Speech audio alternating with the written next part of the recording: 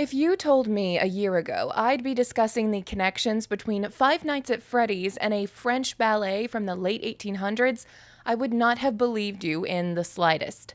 But here we are.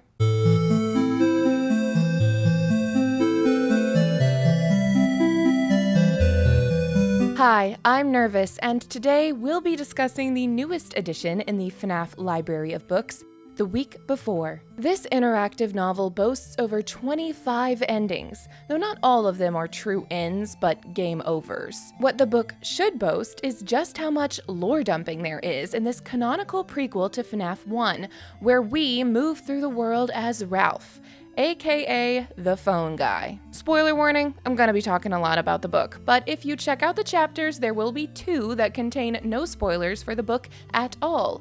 Just some summaries of some information that might even enhance your reading experience. Before we get into the weeds of today's video, I'd like to point out that this YouTube video is also interactive.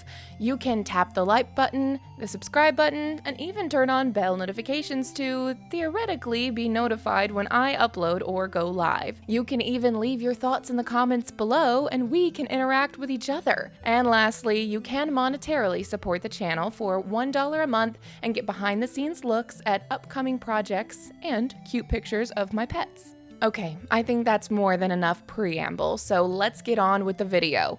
Without further ado, let's summarize The Week Before.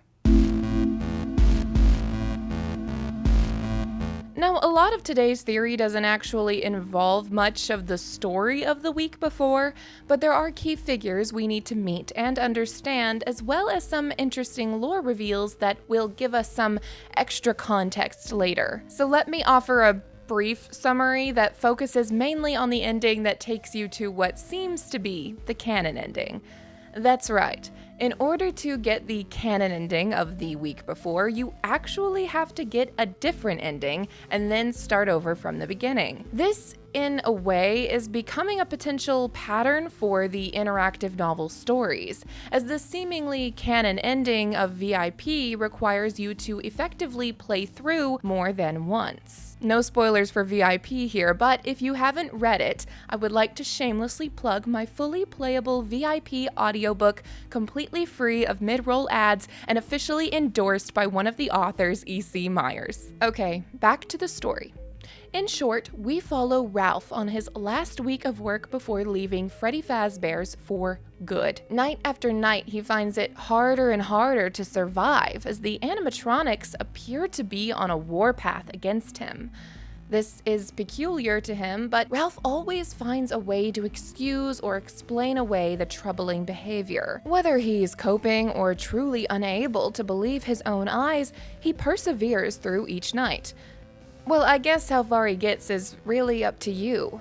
But if you manage to keep Ralph alive, you start to learn more about what's really going on here. Ralph is no stranger to the pizzeria. He's aware of the infamous bites of 83 and 87, as well as the rumors about missing children. Ralph notably doesn't speak much about the owners of Freddy's, but does seem aware of their sue-happy MO and how much they disregard any employee feedback regarding the health and safety of the pizza place. This, on top of Ralph's desire to support his 11-year-old daughter, Coppelia, gives enough reasoning as to why he comes back night after night, even if it means putting his life in danger. There is a night where you are able to explore Foxy's Cove, and if you have a wedding ring and a token on you, you can earn yourself a ticket with the numbers 2014 on the back of it. This, you come to find, is a voicemail code. Using the voicemail code on the security phone reveals the animatronic's motivations for coming after you so viciously. This email is left by a woman named Bronwyn Light. She applied for a job at Freddy's some years ago, and you gave her a glowing review, but Freddy's decided not to hire her, which is interesting, because in Bronwyn's message to you, the story is a bit different. Here are some excerpts from the voicemail. Ralph, if you're hearing this, you've probably realized by now that something is going on with the animatronics. They aren't acting normally, even for them. And it's because of you. I bet you don't remember me, but you interviewed me for a summer job at Freddy's, and you decided not to hire me. Ralph, You saved my life. My name is Bronwyn Light. That summer, I took a newspaper internship instead, and now I'm a reporter. Junior reporter. I just learned something. Don't ask me how. That means you're in danger. We all are. Especially Coppelia. My sources say that the animatronics are planning something. They aren't just mindless puppets. See, since you decided to leave, they started thinking about how they could leave too. They've been messing with the power in the restaurant, redirecting it to their charging platforms, storing up extra energy so they can travel farther. One more night and they'll be able to leave Freddy Fazbear's Pizza and terrorize people outside, and there will be no stopping them. I know this is your last night on the job, but you have to come back tomorrow. You're the only one who can prevent them from escaping. I broke into the restaurant a few nights ago. Jeremy got me. I mean, Bonnie. So this is my last night, too. Don't worry about trying to save me. It's too late. Just worry about saving your daughter. Save everyone else. Please, Ralph. Learning that Bronwyn was investigating the pizzeria and that she sacrificed herself in the process leaves Ralph feeling solemn and conflicted. It's his final night tonight, but he needs to return to stop the animatronics escaping. On top of that, his daughter, Coppelia, does not want him to go back. The night shift has taken a large toll on Ralph's body and mind, and she can see it. If you choose to go back for a sixth night, you will be able to stop them, but it will come at a great cost. Ralph can power down the charging stations and lure the animatronics back to the stage, causing them to shut down, but when he does, Golden Freddy appears on the stage. And the moment he looks away from Golden Freddy, he appears in front of him, mouth open. Ralph's mind is flooded with two words, "It's me."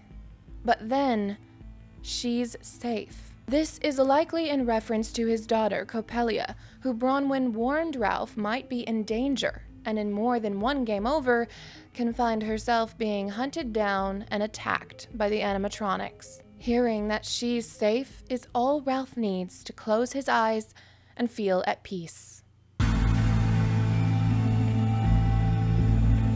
Now again, there are a number of other endings and paths that reveal many other things about FNAF's lore and timeline, but today we're just focusing on the symbolism of Coppelia herself, and more specifically, her name. Coppelia is a sweet and snarky girl who is incredibly skeptical of Freddy's and doesn't seem to have any interest in going there. Ralph never took her to Freddy's in his long tenure at the pizzeria, though he can't quite understand why. The first thing I noticed about Coppelia, however, was how unique her name was, and how I was sure I'd heard it before. Sure enough, there is a French comedy ballet by the same name, and the story is a strangely familiar one.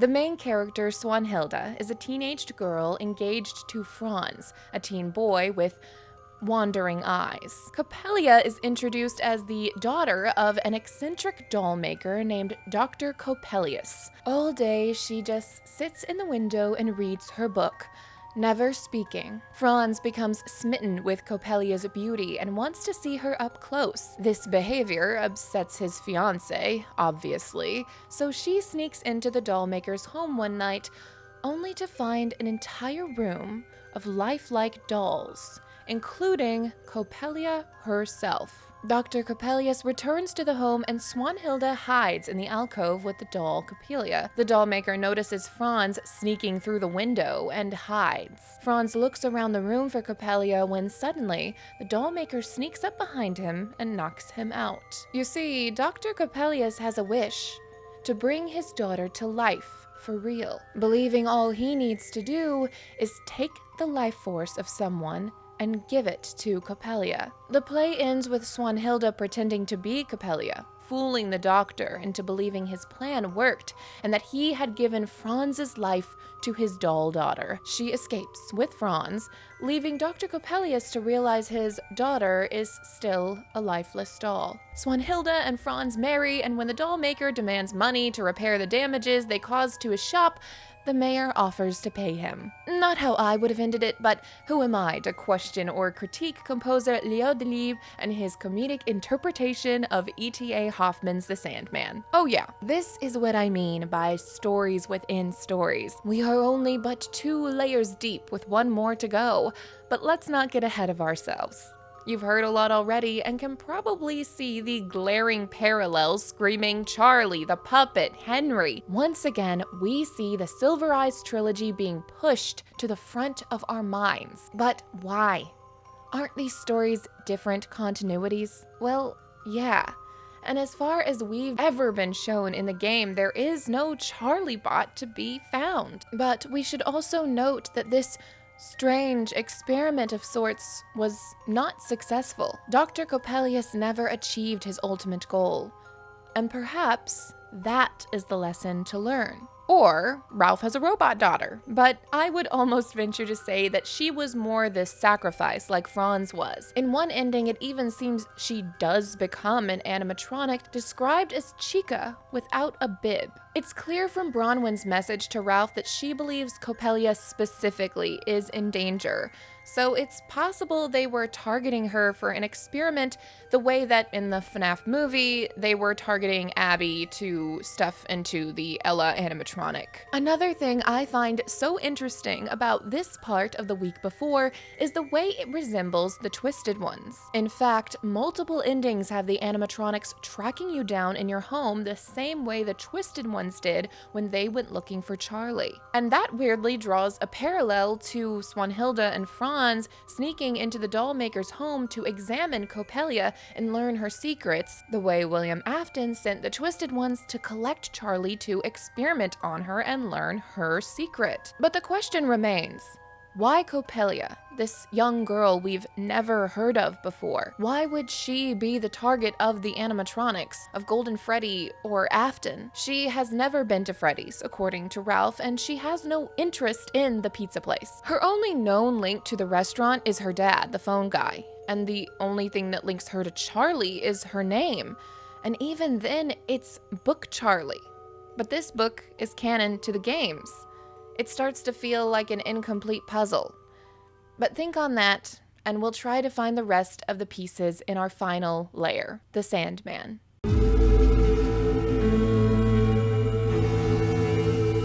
Despite being written in 1816 by German author E.T.A. Hoffmann, The Sandman reads like a story from Fazbear Frights or Tales from the Pizzaplex. It is a short story, and yet I have spent many hours attempting to summarize it briefly in a way that someone could casually follow while procrastinating homework or finishing up household chores. But quite frankly, imagining this story as some strange FNAF fanfiction should help you keep up. It is quite honestly as if Scott Cawthon found this story and said, this, but at Chuck E. Cheese. If you want a really cool summary with visuals, please go watch Tale Foundry's video on it. It is brilliantly done. As for my haphazard attempt, here we go. Nathaniel is a boy whose father works a lot and whose mother tells him the story of the Sandman. You may have heard of this tale yourself, a man who sprinkles sand in children's eyes to help them go to sleep. However, Nathaniel is also told a darker version of this story, where the Sandman is a mean character who throws sand in the eyes of naughty children, and that causes the eyes to pop out of the children's heads. A man by the name of Coppelius visits the home regularly to see Nathaniel's father, and the child is certain this figure is the Sandman because he looks scary and just seems rather secretive. He sneaks out of bed to find his father and Coppelius performing some kind of experiment experiment with fire and some molten material that they then form into faces with holes where their eyes should be. Nathaniel is frightened and caught by Coppelia, who nearly throws ashes in his eyes before his father stops the man. Despite no one in the family liking him, the father insists that Coppelia still be allowed to visit. Unfortunately, this would lead to Nathaniel's father dying in an explosion during one of the experiments. Nathaniel remains obsessed with the Sandman and thus Coppelia, who has fled the area since the incident with his father. Years later, when a salesman named Coppelia moves into the area, Nathaniel is overcome with anger and threatens the man, believing him to be Coppelia using an alias. Nathaniel's mind twists over the years and he becomes very dark and cynical about the world. His lover, Clara, who spent a long time trying to rationalize his fears by offering explanations for them and helped convince him Coppelia and Coppelia were not the same person, has now grown distant from him, as she does not like how strange his behavior has become. He accuses her of being an automaton, basically a robot, but eventually comes to his senses and they are able to reconcile. Nathaniel also meets a physics professor named Spallanzani, who has a daughter named Olympia and who has known Coppelia for some years. Nathan becomes fixated on Olympia, who never leaves the house and only sits still at the window. Nathaniel finds himself living just across the street from Spallanzani due to a fire destroying his home. Later, he also buys a telescope from the salesman Coppelia, called Pretty Eyes. Nathaniel, somehow creepier and less faithful than Franz, uses the telescope to look at Olympia across the way, and falls in love with her. When he attends a party intended to introduce Olympia to the community, Nathaniel is completely infatuated with her as she plays music, sings, and dances. No one else can understand why he is so entranced, and Spallanzani even remarks how strange it is for him to be in love with a doll. Yes, in this version, basically everyone but Nathaniel can see that Olympia is a doll, but he believes she's real and travels to the professor's house one day to propose to her. Only when he arrives, he hears a fight going on between Spallanzani and Coppelia, who is revealed to have been Coppelia all along. The two are fighting over Olympia, each pulling her toward them. Coppelia yanks the doll away and Nathaniel sees the truth. Her eyes have fallen out of her head, leaving two empty sockets where her eyes should be. This moment allows him to understand that Olympia is just a doll. Spallanzani laments that Coppelia is stealing his automaton and urges Nathaniel to chase after him, but Nathaniel instead attacks Spallanzani in a rage as Coppelia makes off with the doll. This incident lands Nathaniel in an insane asylum. And I should also mention, this just doesn't fit cleanly in the story, that the people in this world in general begin to distrust that their partners are not automatons. Specifically, men ask their wives to dance out of time to prove that they are human. And this seems to have been brought on by Olympia's introduction into society. Just how lifelike she is makes people paranoid, basically. The story ends with Nathaniel and Clara reuniting. While enjoying the view in a tall building in town, Nathaniel gets out the telescope Coppelia sold him and looks out of it. In it, he sees Clara. This sends Nathaniel into a fit of rage as he suddenly believes she is an automaton, since normally he saw Olympia through the telescope, and he tries to throw her over the ledge and kill her. Her brother runs up the tower and saves her and punches Nathaniel. Coppelia gathers with others around the building to watch the struggle, and says Nathaniel will come down on his own. And he does. Nathaniel purposely falls to his death, and Clara gets a happy ending away from his madness. I know, it's a lot. And at its core, this story is one about childhood trauma and mental health, which is very relatable to a number of FNAF characters. That being said, this story is also about hyper-realistic automatons, one of which is being referred to as someone's daughter, and that is the one that two parties fight over the ownership of, and ultimately, the more sinister character ends up with the doll. Not to mention, it's also a story about a man's nightmares and delusions brought on by things he experienced as a child, but one parallel at a time. If you have watched my video about Henry's true intentions with Lefty, you'll know I'm rather suspicious of how much he knew of William's plans. The way the games and Silver Eyes novels describe the two characters, it seems Henry had some hand in the Funtime animatronics, and it is confusing to imagine he'd have done such a thing without understanding at least some of the implications. If you want all of my thoughts on that, please go watch that video, but for now, let's just say I wouldn't be surprised if Henry was motivated by the idea of being able to bring his daughter back to life. And regardless of how he became involved with the invention of Circus Baby, I do believe William would be willing to steal her from Henry and pass her off as his own. In fact, that is pretty much exactly what happens within the Silver Eyes trilogy. Baby is formed from an attempt to make an adult Charlie bot, a Henry experiment that failed and was later stolen by William, ultimately becoming a vessel for his own child, Elizabeth, who now haunts an unfinished Charlie bot, also infused with the rage of Henry. Now, here's the thing, and as I've said before, I understand that Silver Eyes and the games are in separate continuities.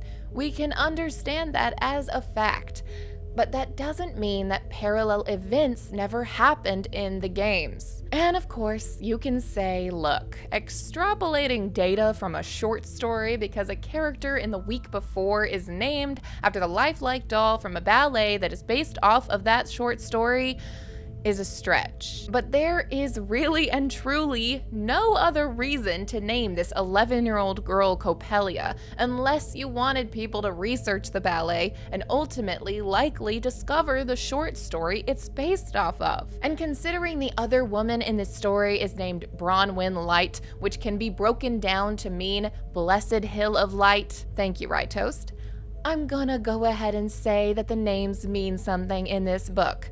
The maintenance guy's name is Dave, which also ties back to Silver Eyes. And if you've seen Hyperdroid's video solving the survival logbook Foxy Grid, it has even more significance now, potentially, if you believe that. And Ralph means wise wolf? Wolf counsel? Aha, courageous counselor. Name me a more courageous counselor than the phone guy.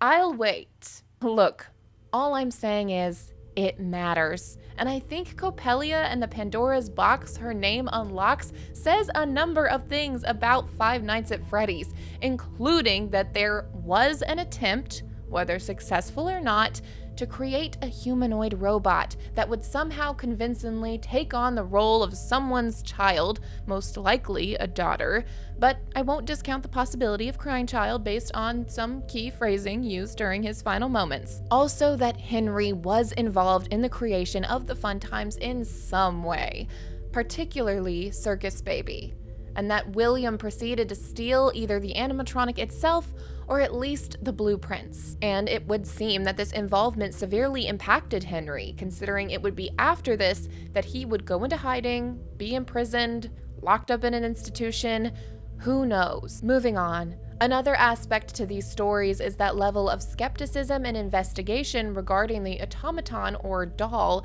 that is Coppelia or Olympia, depending on the story. This seems to parallel the roles Bronwyn and Ralph play throughout the week before. Bronwyn's obsession and Ralph's slow descent into some kind of madness. Not to mention, Coppelia is the skeptic. Ralph even becomes his own Clara throughout the story, rationalizing things that seem off. But just like Clara in the story, Ralph's wrong about there being an innocent explanation for everything. Nathaniel in The Sandman was right about the true identity of Coppola, and Ralph was right that he was being hunted by the animatronics. But he is also seeing things that don't make sense. And even Coppelia starts having nightmares all of a sudden. The inability to trust one's own eyes and mind has become a major part of this franchise, starting back in FNAF 3 with the Phantom animatronics. Technically, FNAF 1 had It's Me, but I think 3 really solidified that our player character is having genuine hallucinations, potentially not even brought on by more than sleep deprivation and fear. And that really does bring me back to the main man himself, Michael.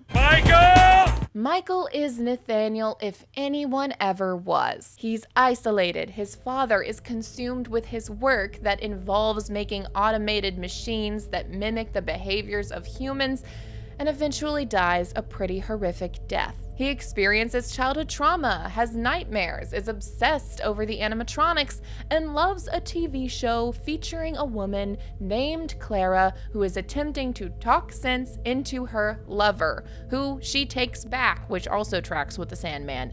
That dude is toxic, girl, leave him. He's got multiple instances of fire playing a major role in his life. He seems like he wants to do the right thing, but also just regularly gets it very wrong. You can even jump to Movie Michael briefly to connect his becoming rage-filled and attacking an innocent man. And both characters choose when their story ultimately ends. It's basically a parallel party.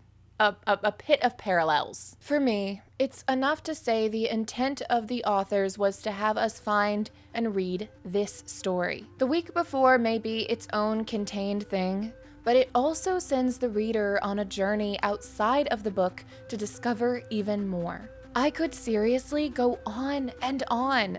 Moon is the Sandman, even having a similar appearance to this 1992 claymation version of the classic Sandman story. And yeah, I know, I didn't talk about this earlier, but it's also worth mentioning the giant Ballora animatronic in the room. Quite honestly, I just didn't know where to fit it in.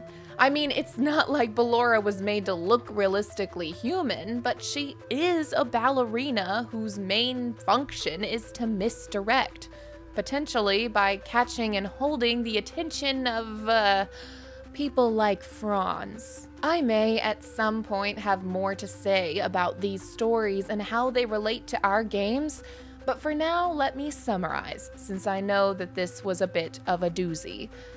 I believe these stories within stories provide solid evidence that humanoid robots exist in this franchise and that they can be indistinguishable from humans. I believe that while we were already well aware of Afton's experiments relating to bring his child back in some form, this story helps to suggest Henry was involved as well in relation to his daughter. Again, watch my Lefty video for more, but the way Ralph is able to look the other way so easily despite being a caring father suggests to me that Henry could have done the same, especially in a world where he felt Charlie was in danger or where it could have meant having some semblance of his daughter back.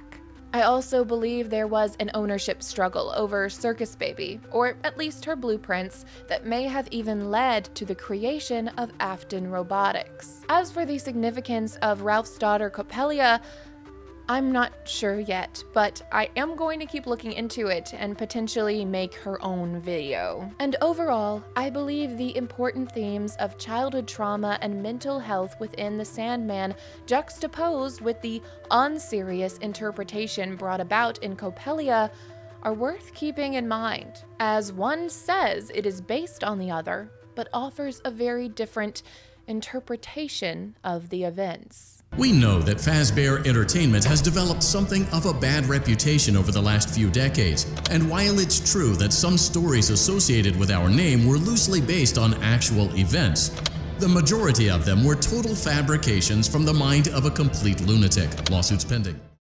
I hope very much that you enjoyed this strange dive into 1800s literature and performance art, and their bizarre connections to a horror franchise made over 200 years later about child-infused animatronics. If you did, I'd love it if you took a moment to like the video, subscribe to become a part of the nervous system, and leave your thoughts in the comments below. I upload videos every week, and I go live on Wednesdays and Fridays. If you want to learn more about my thoughts on Lefty or dive into my thoughts on the first FNAF interactive novel, VIP, those videos are on the screen right now just for you. Okay, bye!